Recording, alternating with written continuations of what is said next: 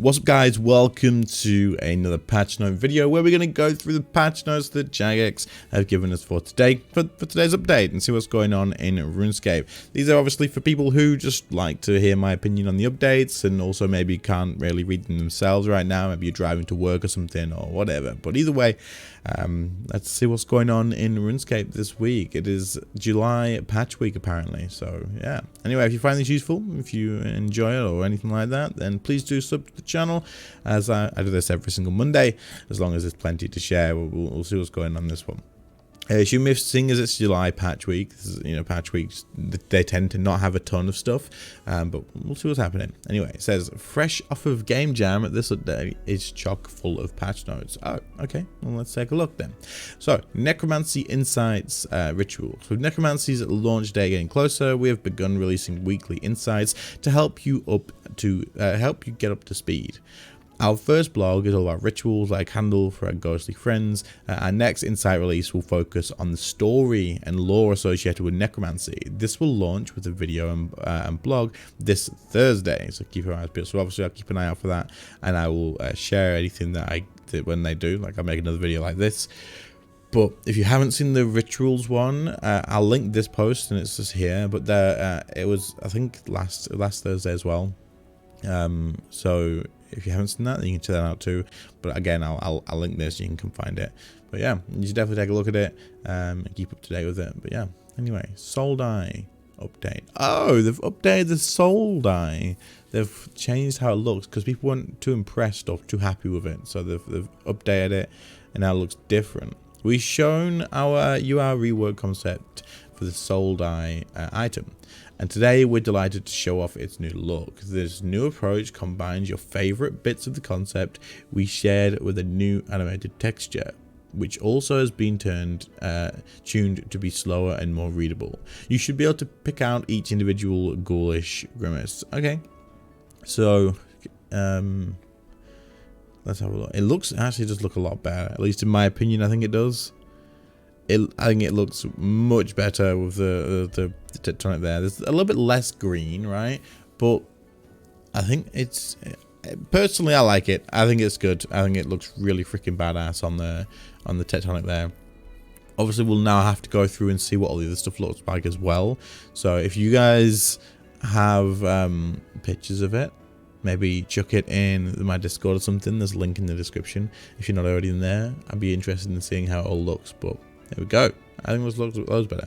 We hope this new design is more in line with your expectations. We really appreciate all your feedback. Although you can view the new design at the parcels from the dead area, the Soul Die itself has not been updated in this week's update. Oh, well, that's disappointing.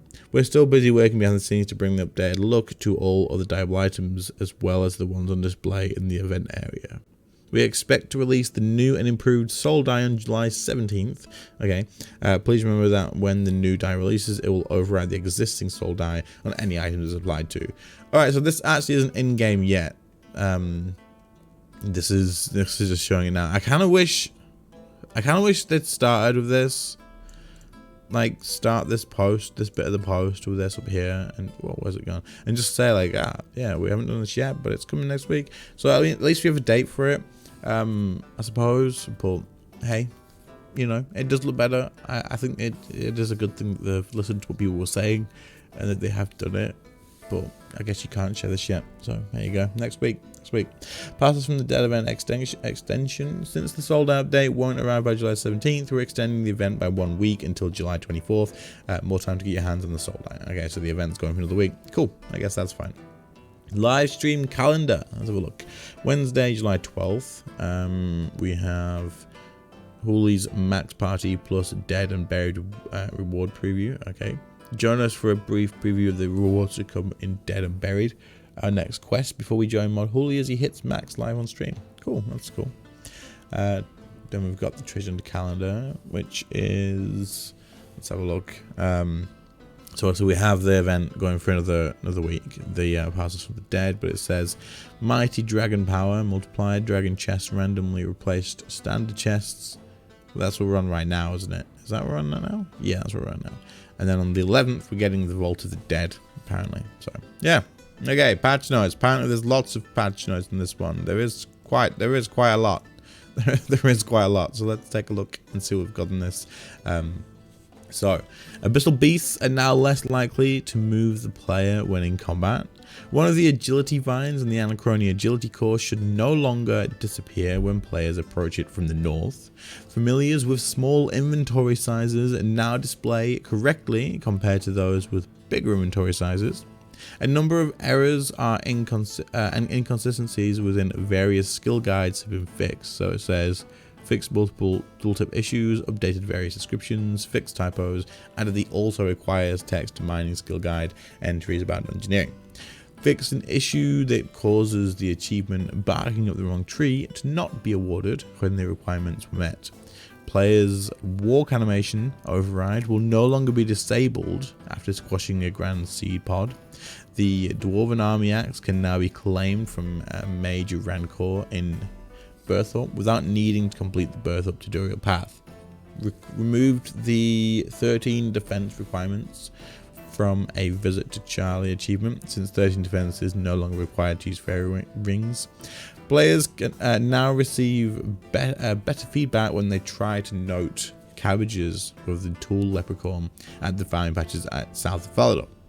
Fixed an issue that allowed continuous gathering from decaying guard hunter nodes when a sign of the porter effect was active with a full bank. Alright. Added the respective war priest armor drops to the bodyguards of each general within the God Wars dungeon. Added the respective war priest armor drops to the... Is this... Wait, do we not already have this? I thought we already had this. Maybe not. I really don't know. Is this meaning the people that are in the actual room and not in the room before? Because I'm sure you could have just got it from all of them. I don't know. Maybe the little minions that are with them. For example, like the little goblins that are with General Grado. Maybe. I don't know. If anyone knows exactly, let us know in the comments. Players can no longer leave memories or cutscenes when transmograph. What the frick? When you're basically Moya. Transmograph, I don't know even how to say that. Fix an issue causing Questcapes to activate the Stone of Jazz buff with a teleport to Glacial Cavern was unsuccessful. The quick prayer icon no longer turns grey when placed on the action bar and can be used without issues. Okay, I mean, I think I noticed that actually, but it still worked, right? I think it looked like it wasn't available. Both modes for Zamorak, Lord of Chaos, are now visible in the boss kills interface. The Soul Wars avatars can no longer be killed with Death Touch darts. The Superheat spell can now be used on obsidian shards.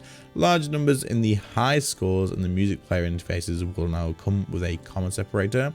When players teleport to a lodestone, they should no longer be visible before the arrival animation has played.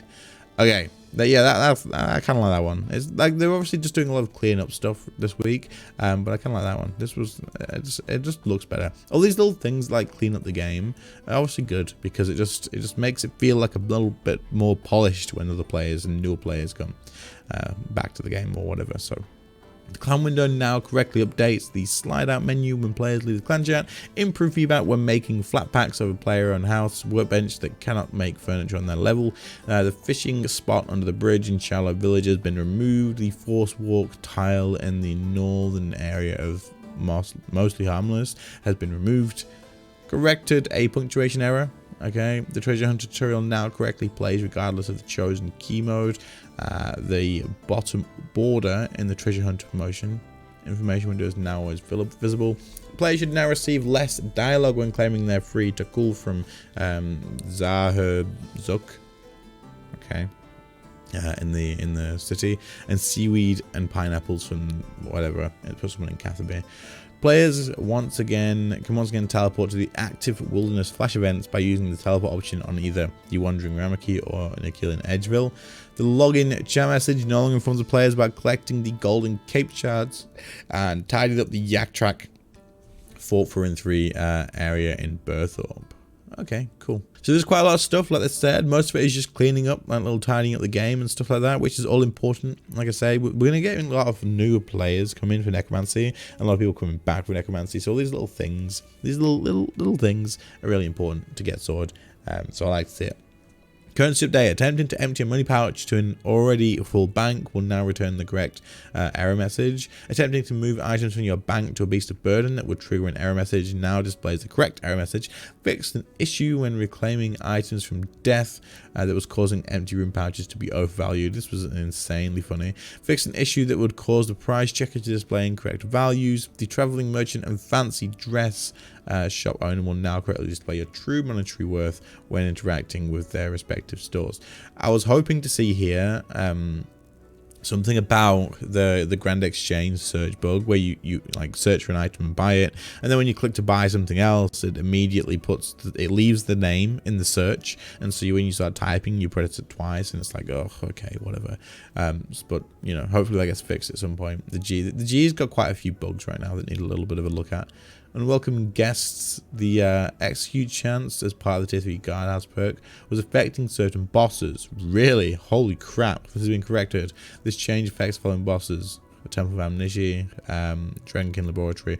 Okay, so it wasn't the actual bosses, it was like the thingy bosses, right? As in like the mini bosses in the dungeons, not the actual main bosses. So that's kind of okay, I suppose. Like it's good that it's fixed, but at least we weren't killing Seiryu or the ambassador, if that makes sense. So I guess it's okay. The Salve Amulet and its enhanced variant now have updated tooltips to show the effects they offer. All right, good.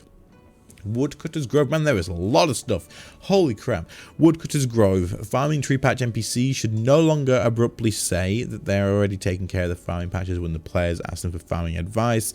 The My Fort Smells of Rich Mahogany achievement no longer appears locked in the achievements interface, and the tooltip has been updated to list 60 construction as requirement. Added skill guide entries for the Goblin Cave. Missing options have been added back to the drop down menu of the Make X flexing interface. Okay, players can no longer store noted items in a wood box. You know what, this is completely random, but just because they're talking about the Make X fletching interface, I really wish that High Alch had a progress or a High Alch X amount. Like, it's 2023. Do we really need to click everything? Can we, like, is there a reason we can't just AFK High Alch these days? I don't really see an issue with it, but you know, interesting. Would be a cool little update though. Modified wood spirits to award the player with extra logs when the ads or aids or related effects are active. Change the examine text of birds' nests that contain wood spirits. Fix an issue that would cause the tree in the Lost Grove to spawn partially below the ground. Fix an issue where having the aids effect and chopping trees would not contribute to woodcutting daily tasks. The Incamdor hatchet now sheathed correctly, and the glow from the augmented version is now brighter and visible from all angles. That's important. It's very important. When setting the quick teleport option from the Nature's Sentinel outfit to the Elder Tree in the Woodcutter's Grove, the chat message will no longer say no quick teleport destination selected. The final tree stump models, the customizable trees have been plugged in. Fix an issue that would cause the tooltip to display wrong information when it has been partially emptied. Fix an issue that would cause the woodbox tooltip not to display correctly. There's a tooltips for woodbox and stuff. Adjusted the kitchen requirements for tier 3. Fix an issue that would cause yew trees to spawn with graphical errors. Fix an animation issue with the blessed hatchet. And willow trees are no longer labeled as members only on the world map. Holy mother of hell, that was a lot of patches. What the frick? When I first took a look, I thought, it can't be that much stuff in this one. There was a lot of stuff, and I don't normally there's a lot, right? And I kind of just read off each. Fix this, modified this, players can no longer do this. And I get it, it's a bit like, okay, we could read this in it, but there you go. For the people who really are just driving to work and stuff, then that bit was for you. I guess most people will probably skip that, but it's good to see all these things being fixed and changed. Kind of sucks that there's this many things, but I mean, I guess that's just game design and this is how life is, right? But that is a lot of stuff. Damn, holy hell. There we go. But either way, let's take a look at the community stuff. We've got all the epic art stuff that there is always every single week. The art community in RuneScape is on another level. You guys are on another level. It's crazy good. Then we've got RuneTube.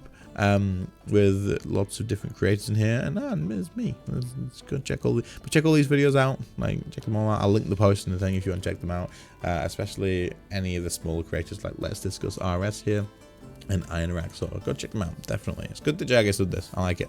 Escapers screenshots, all the screenshots from around the game this week. That's cool. That's desktop worthy. That's really nice. And then there's the pink skirts player events as well. But anyway, I'm not going to drag this so much longer because it's freaking long as hell already. But yeah, there's a lot of stuff going on here. The soul die looks really cool. Looks loads better, I think, personally.